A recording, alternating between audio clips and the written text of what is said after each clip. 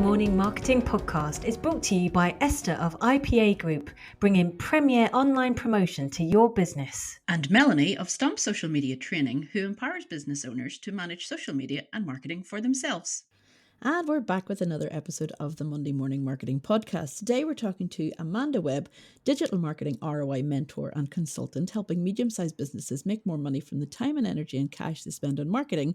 And we're talking about how to measure the ROI of social media. Welcome, Amanda.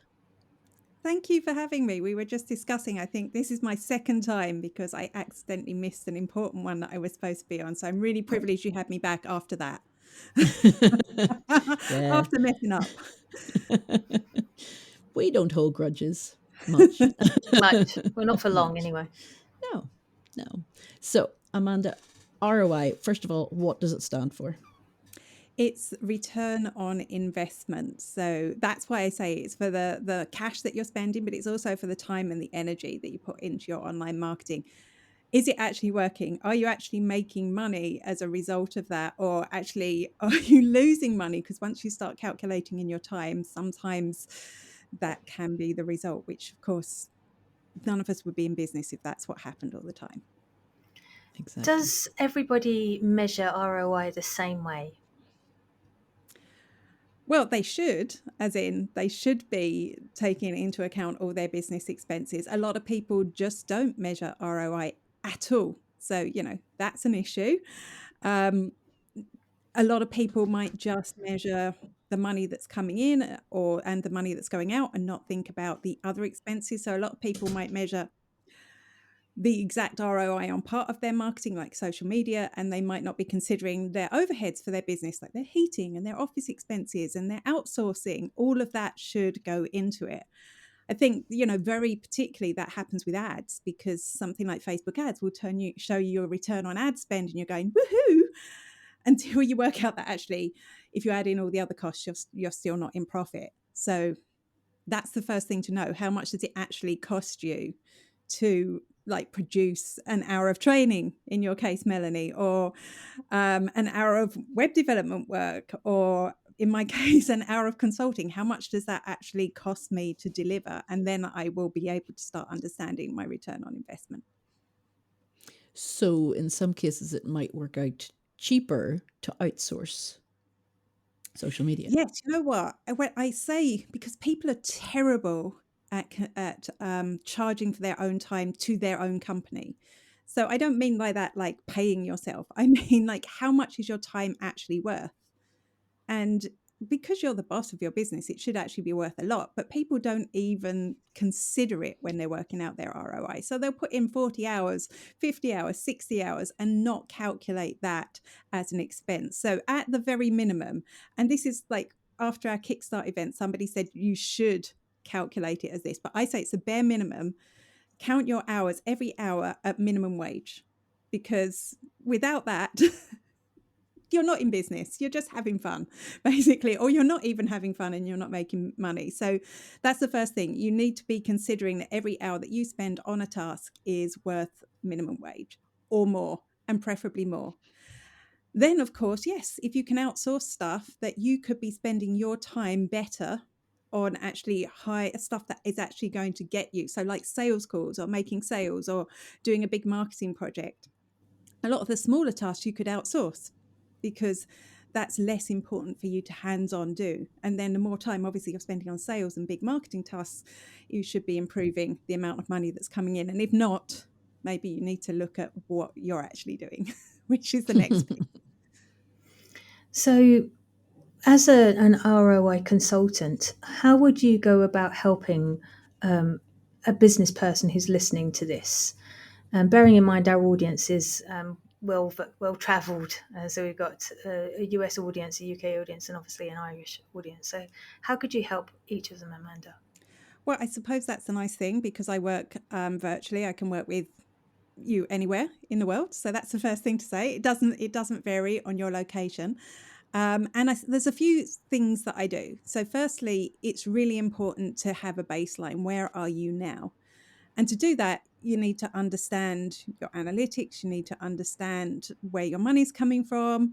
You need to understand your lifetime customer value. There's a whole bunch of stuff. And that's one of the products I offer, kind of does that for you. I delve into your analytics for your social media. I dive into your analytics for Google, and we look at what's working already and look at the trail that you need to put in place. Because sometimes I'll get there and I'm not able to tell you because you don't have anything set up.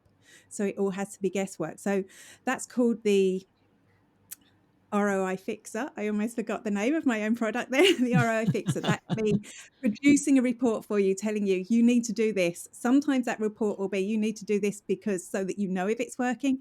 And sometimes if you're a bit more advanced, I can look and I can actually see what's working, what's not working, and how you can improve your processes to get more money from what you're already doing. So that's my first product. Also, I work with people like on a 6-month basis where you can sign up. You work with me for 6 months. We have calls every month, basically on implementing that plan. So the ROI Fixer is kind of part of that, looking at what you're doing, and each month delving into an area, looking at how you can tweak stuff and improve stuff to get more money in return for what you're doing. And that really helps you get into a system and a process of working that after those 6 months, that will continue on. You'll know exactly what you need to be doing on a regular basis. So when you talk about having things in place before you get started with you, what are you talking there? Are you talking pixels? Are you talking Google Analytics codes? What exactly should people have connected? So the nice thing is, so firstly, if you don't have it connected, that's not a problem. We can do that for you. Nice thing about social media is that's all set up already. You automatically, as soon as you start a Facebook business page, you've got analytics. The same with, your Instagram, your TikTok, your Twitter, all that is there.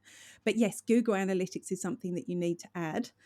In case you missed the news, Universal Analytics is going away, which is slightly annoying, which is the analytics you probably got installed on your website and you've got used to using all those years. And Google are making a switch over to Google Analytics 4. So there is a bit of a learning curve there. A lot of it's similar, whereas in Universal Analytics, you had to set up goals. So if people have completed processes on your site. Now you have to set up a thing called conversions. If you don't have that set up, we will set it up for you. You're just starting at a different point. That's the thing. So again, with the ROI Fixer, that's fine. We can set that up for you as part of the ROI Fixer and look at what you need to implement. Or if you've got it set up already, we can take it to the next phase. So Google Analytics is essential. I know there's a lot of people looking for alternatives because they look at GA4 and they're like, oh, that just looks so complicated. But I really think, even if you never look at it until you talk to me, get it set up. That's very important. And actually setting it up is actually quite easy, isn't it? It's only a couple of buttons once you go into Google Analytics. And it's if you've already got Google Analytics, that is. If you've already got Universal Analytics, it's very easy. It's just push a button a couple of times and it moves is over. and isn't, because it does things like it says, do you want us to transfer your goals over to Google Analytics? And you go, yes. And then the goals get converted over and they don't work. That's my experience. So actually installing the code on your website, really easy, particularly, depending on whichever service you're using. A lot of them have like integrations there that is very easy. And if not, it's not a big job for your web developer to do. But yeah, the configuring of all those conversions can be quite technical. I really recommend people use Tag Manager, Google Tag Manager. Again, if you don't know what that is, you don't need to know before you work with me. That's fine. That's why you're working with me, right? But it's a really useful way to implement all your conversions and pieces like that. See, this is what this podcast is all about, Amanda. It's letting people understand the conversation that they need to know, because we only fail when we don't know what we need to know to make a success of our business. And that's why you're definitely one of the best people to bring on, because you're so easy to talk to. It's such a great conversationalist, and you just give it away. You just tell everybody you're just fantastic. And that's why I enjoy your weekly sessions on a Friday morning. Tell us about the digital coffee. May as well. Yeah, so every Friday I do, and this is actually a really good example of how what I call covert benefits. So I'm talking about ROI and analytics all the time, but what happens to all that stuff that analytics can't tell you about? And that's the digital coffee. So it's a live show that I run cross-platform now, depending on where Twitter goes, on LinkedIn, on Facebook, on YouTube, and on Twitter. It's a half-hour news show about the latest social media and digital marketing updates and how it applies to your business. So I'm not interested in the little things that come up, that button has moved from here to here, unless it's going to have an effect on your business. It's a half-hour show. I've been running it for 6 years now, and I don't get millions of viewers. So people might go and they'll go, oh, look, there's only another 5 or 6 people online while I'm watching it. I do repurpose it so it gets seen on all the channels afterwards, and, I do a lot of work with that. But what I get from that doesn't show up in analytics. If I looked at the number of people that visited my digital coffee page or the number of people that were signed up to my email list from that, it would look like a failure. But it's not a failure, because every single customer I get, I'm almost at the stage that if they haven't watched the digital coffee, I'm not sure I'd take them as a customer. Every single one will say to me that they've seen either the digital coffee or one of the videos from it, and they know me and feel like they know me and trust me because of that. That's not measurable in analytics, but that is measurable when I'm on calls with customers. So that's a perfect example of what I call a covert benefit, something that doesn't appear in your analytics. So how can other people measure those things in their ROI? Is it just a matter of asking, how did you find me? Asking, who referred you? What are there sets of questions that we should be asking people when they contact us? I mean, yes, those questions are important. So where did you hear about me? But often you just pick it up in the conversation. It's something people will say to you. So yes, absolutely. If somebody's come out of the blue, usually customers don't come to me that way. It's either me proactively contacting them, or somebody would pass it on to me and they'd mention that. That's where most of the people, or their existing customers that keep coming back. I'd know where I know them from. It's very rarely that I would get a stranger, but of course, not all businesses are like that. You might get somebody ringing you or getting in touch or filling in a form on your website, and you've no clue. Your analytics aren't showing you. Maybe they're showing you direct. So definitely, when you get on your first call with them, ask them those questions. Where did you hear about me? Or, how did you hear about me? Those things are really important. It's never going to be 100% accurate, though, because people will go, oh, the internet or a website. And they might see the website and it was actually Facebook, or, they might say Facebook and it was actually Twitter or LinkedIn, because don't they all look the same now? No, but you'll get a rough idea that what you're doing online is working versus that word of mouth, which, there's nothing wrong with that, but it's just nice if you can gather people through your online marketing as well. I've recently come to know, and say no, that's not fair. I'm still learning, but starting the journey of understanding HubSpot, and I've noticed that there is some really awesome analytics in there as well. It tells you which pages people looked at, where they signed up from, and that sort of links. So can you get access to that as well, and glean information from that as well? Is that useful? So what is wonderful about HubSpot is it is giving you that data. It's giving you the stuff you want to know up front. So yes, you can find that out. That's part of what we do with the ROI Fixer. All right, that is We part. go into your analytics and find that information. But yeah, stuff like HubSpot is designed to give you that information up front, rather than Google Analytics that kind of hides it away and you have to go and discover it. You have to go and dig it out. But of course, you have to pay for HubSpot. So Well, yeah, that is a paid for option, the one I'm talking about there. There is a free part to HubSpot, but it doesn't show you that. Yeah. So it sounds like you've got a lot of fingers in lots of different pies to build up this full picture. So I assume there must be reporting. So what kind of reporting do you provide? I don't do the reporting. Like, everything I do is teaching and consulting and mentoring, apart from the ROI Fixer. That is the first piece of, it's either you do it independently, and if you do it independently, you get money off my 6-month program, or it's part of the 6-month program. And so that gets done once. The idea is that we can look at those analytics at the beginning, we look at the analytics at the end, and we see what's changed. So that is part of the program, rather than something I would do independently. So I wouldn't come along and set up reporting for you. I do it as part of the program. So there's no point. I think it's like planning. because isn't everyone planning this time of year? We go off and we do our plans and then we put them in a drawer Hmm. and that's it, Yep. right? So that's the problem. I could, I don't do the reporting unless it's part of the main product, because unless you can act on it, there's no point doing it. So you show people how to do the reporting. Yeah, I mean, we set it up at the beginning so that they're able to see what they need to look at. So we Perfect. set up the reports that they need, and then they can quickly go in and see those. But it's more, you do this, we take action on it, and at the end, look, there's the results. Does that make What about? sense? Oh Yeah, yeah, definitely. yeah. But what about for the people who are scared of numbers, scared of their analytics, scared of breaking something when they go and look at their insights on Facebook, if it's still called that? I mean, they might have changed the name by now.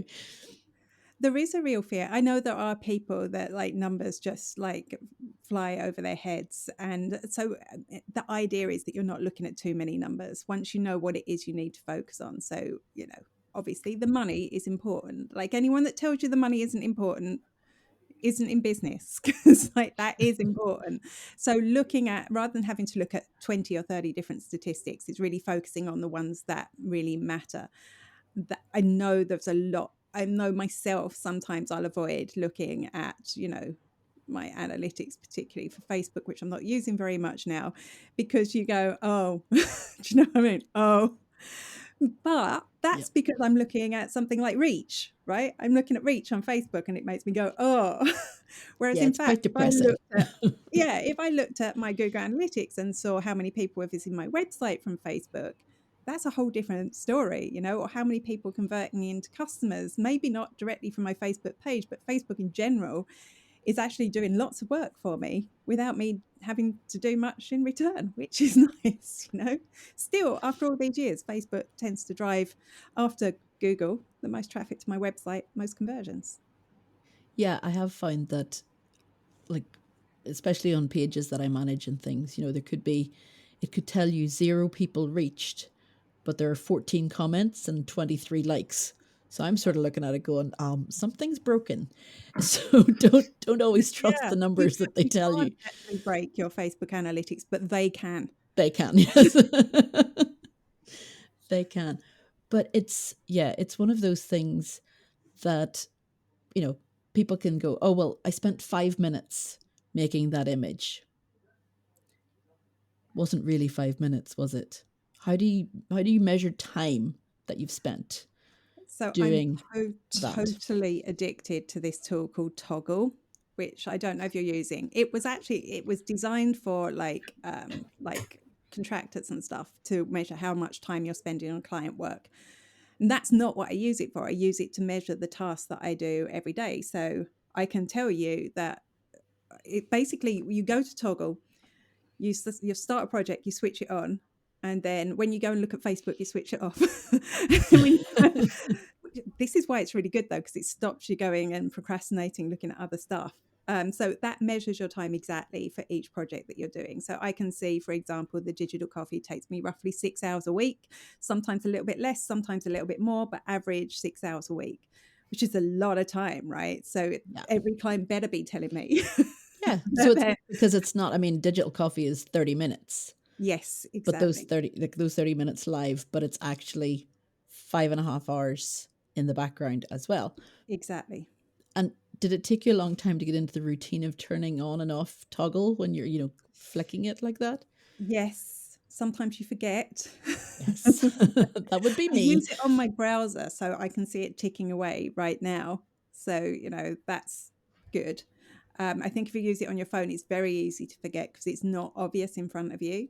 So I use it on my browser, and it does take me time. And sometimes I allocate time to the wrong things, but it does. I mean, the first thing I noticed, and this is actually really good for anyone that's into productivity, was how little time I was working in a day. I was sitting at my desk, from like 8 a.m. till 6 p.m. in the evening, but I wasn't working most of that time. I was procrastinating. I was looking at social media too much. There was a whole lot of stuff that wasn't, and I was shocked. So it's actually really helped my productivity because I've gone up at least 2 hours a day more actually doing productive work because of Toggle guilting me. Wow. Wow. So apart from the ROI, just measuring your ROI, it's been great for productivity. It does totally guilt you. I also remember you telling me, I think it was in person, about an app or something that you use that makes that you only be able to see Facebook for like 15 minutes. Yeah, Oh strict. yeah. It's a browser extension for Chrome. So if I do find myself like, looking at social media too much, I can click it. It's like a little tomato in the top of my browser. So it's based on that tomato thing. Pomodoro. Pomodoro. Pomodoro. Yeah. I was thinking, yeah, tomato in a foreign language. That's what it means. So you get it blocks any website that you put in there. So it doesn't just have to be social media. You can put in other websites.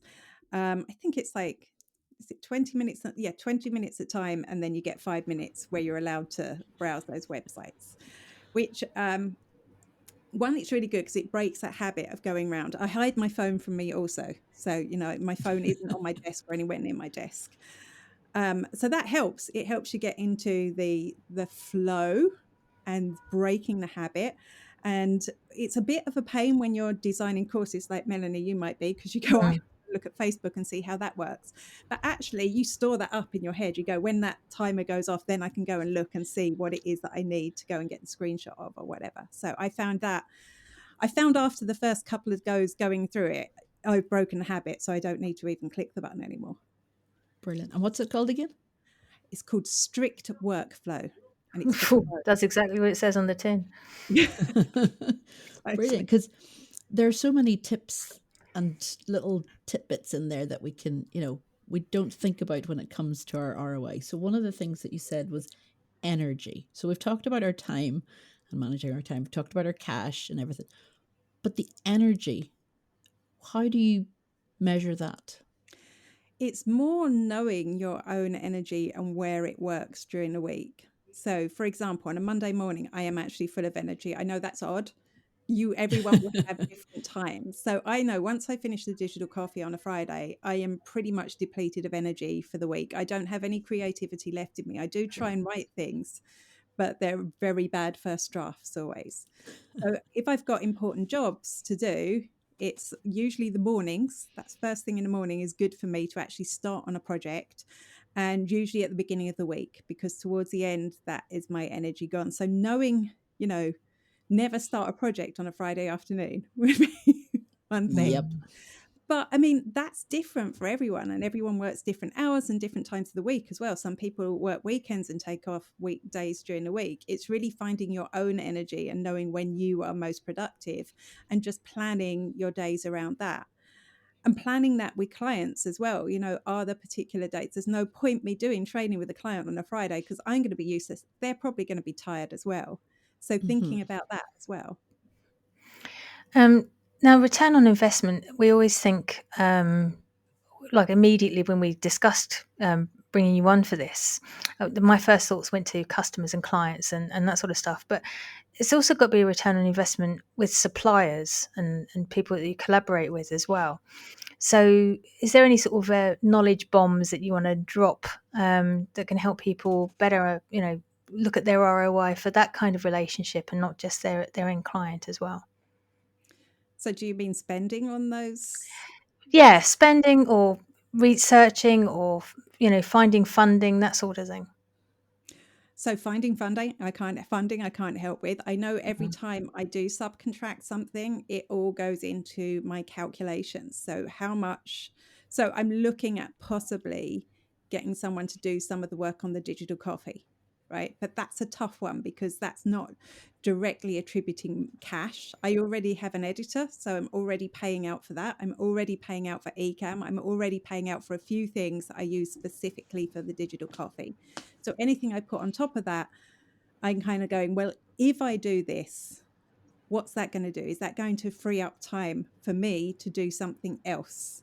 So every time I think of taking the editing, because video editing is easy for me, but it takes time. Every time I think of taking that back off the editor, I go, no, because now I invest that time in this and this instead of editing my things. So that's what I need to think. How much time is it going to save me? And then I'm not going for a cheap contractor. That's not me.